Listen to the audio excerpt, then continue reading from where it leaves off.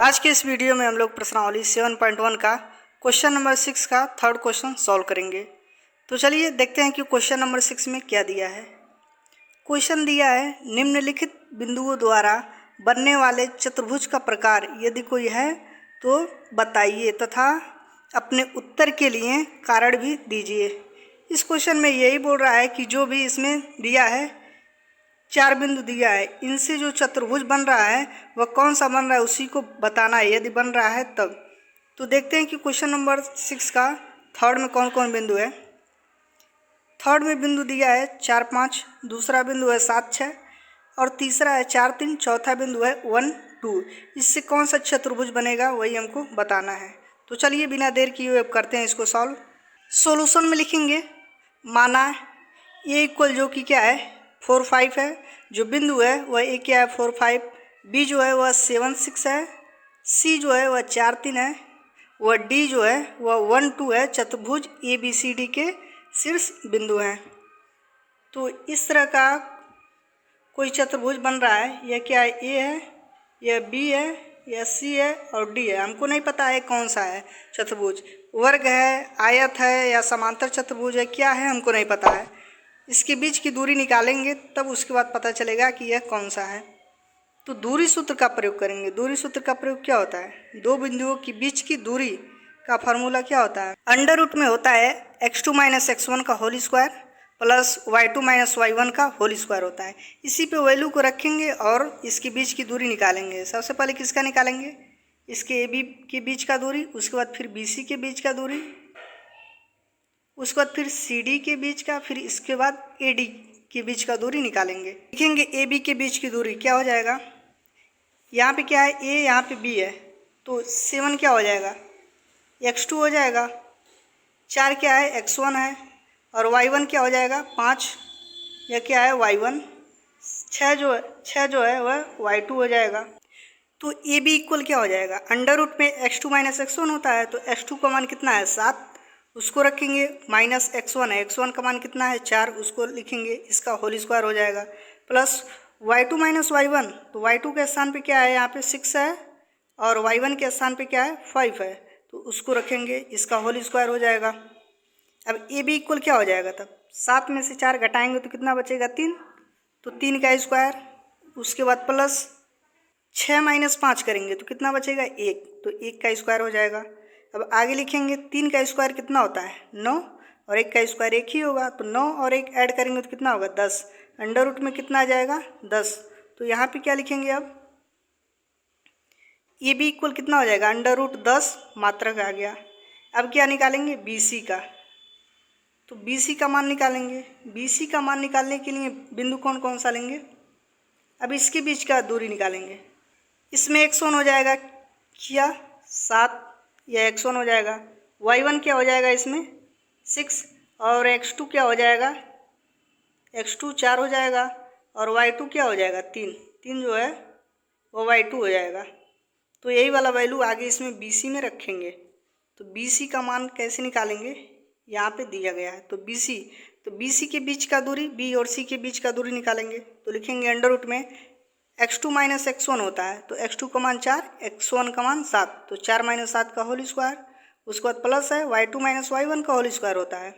तो y2 का मान अभी बताए हैं 3 और y1 का मान कितना बताए हैं 6, तो इसका होल स्क्वायर हो जाएगा। अब 4 - 7 करेंगे तो कितना बचेगा, माइनस वाला ज़्यादा है तो -3 का स्क्वायर हो जाएगा, प्लस 6 में से 3 घटाएंगे तो कितना होगा -3 का स्क्वायर, क्योंकि माइनस वाला ज़्यादा है। अब यहाँ पे -3 का स्क्वायर करेंगे तो क्या होगा +9 हो जाएगा और -3 का स्क्वायर करेंगे तो +9 हो जाएगा। तो 9 और 9 को ऐड करेंगे तो कितना होगा 18, अंडर रूट में होगा 18, तो लिखेंगे BC इक्वल अंडर रूट 18 मात्रक। अब किसका निकालेंगे CD का, इस तरह से था A B C D, इसका निकल गया, इसका निकल गया। अब इसके बीच का दूरी निकालना है, उसके बाद इसके बीच का निकालेंगे।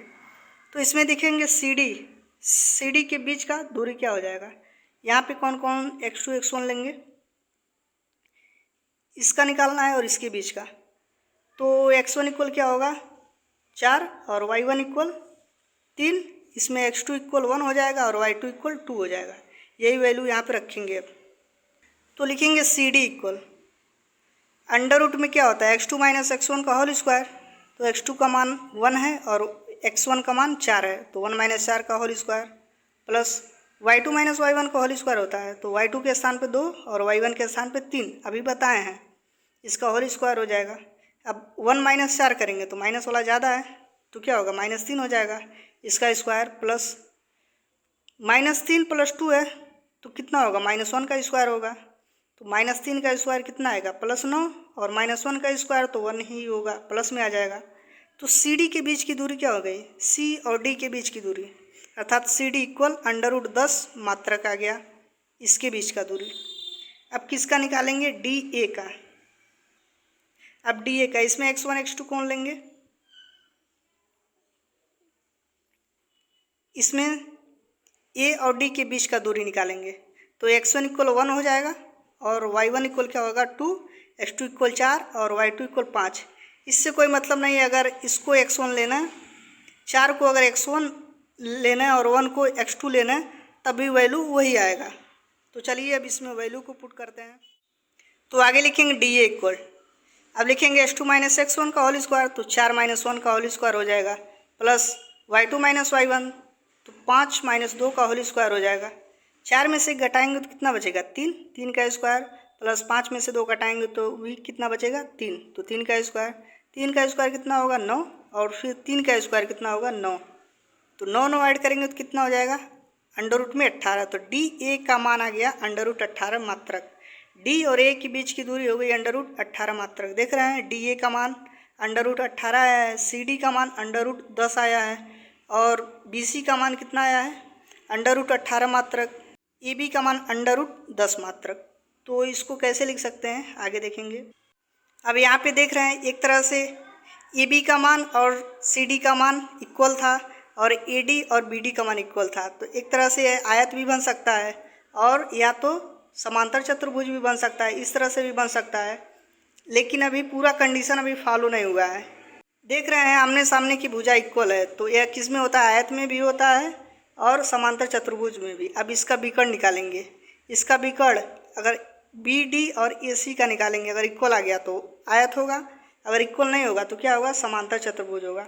तो लिखेंगे ए सी के बीच का दूरी अर्थात विकर्ण निकालेंगे तो क्या होगा, x2 माइनस x1 का होल स्क्वायर होता है, तो x2 का मान 4, x1 का मान 4 है, तो 4 माइनस 4 का होल स्क्वायर हो जाएगा, प्लस y2 माइनस y1 का होल स्क्वायर, तो 3 माइनस 5 का होल स्क्वायर होगा। घटाएंगे तो 4 में से 4 जाएगा 0 और 3 माइनस 5 करेंगे तो -2 का होल स्क्वायर। तो ए सी इक्वल क्या हो जाएगा, केवल बचा -2 का स्क्वायर, -2 का स्क्वायर क्या होगा, +4 का वर्गमूल क्या होगा 2, तो ए सी का मान आ गया 2 मात्रक। अब किसका निकालेंगे, बी डी के बीच का दूरी, विकर्ण बी डी को, तो लिखेंगे B D equal under root में x2 माइनस x1 का होल स्क्वायर, तो x2 का मान 1 है और x1 का 7 है। कैसे निकलता है अभी बताए हैं, तो 1 माइनस 7 का whole square plus y2 minus y1 होता है, तो 2 माइनस 6 का होल स्क्वायर। तो बी डी इक्वल क्या होगा, -6 का स्क्वायर प्लस -4 का स्क्वायर, तो -6 का स्क्वायर क्या होगा +36 और -4 का स्क्वायर 16, 36 और 16 को ऐड करेंगे तो कितना होगा 52। तो बी डी के बीच का दूरी हो गया बी डी इक्वल √52 मात्रक आ गया। अब देख रहे हैं यह जो विकर्ण है बी डी और ए सी क्या है, अलग अलग है। जब विकर्ण सेम नहीं हुआ तो यह क्या है, आयत नहीं है, आयत का कंडीशन फॉलो नहीं कर रहा है। तो क्या लिखेंगे, यह अब इस तरह से बनेगा, यह समांतर चतुर्भुज बनेगा, इस तरह से यह नहीं बनेगा। तो आगे अब लिखेंगे, चूंकि बिंदु ए बी सी डी से बने चतुर्भुज ए बी सी डी में A B equal C D है व B C equal A D है, तथा ए सी नॉट इक्वल क्या है बी डी, जो कि क्या है विकर्ण है। तो लिखेंगे तो चतुर्भुज ए बी सी डी क्या है, एक समांतर चतुर्भुज है। तो इस तरह से बहुत ही आसान तरीके से इस क्वेश्चन को हम लोग सॉल्व कर सकते हैं। वीडियो हेल्पफुल होगा, वीडियो को लाइक करें, चैनल पर पहली बार आए तो चैनल को भी सब्सक्राइब करें। Thanks for watching this video.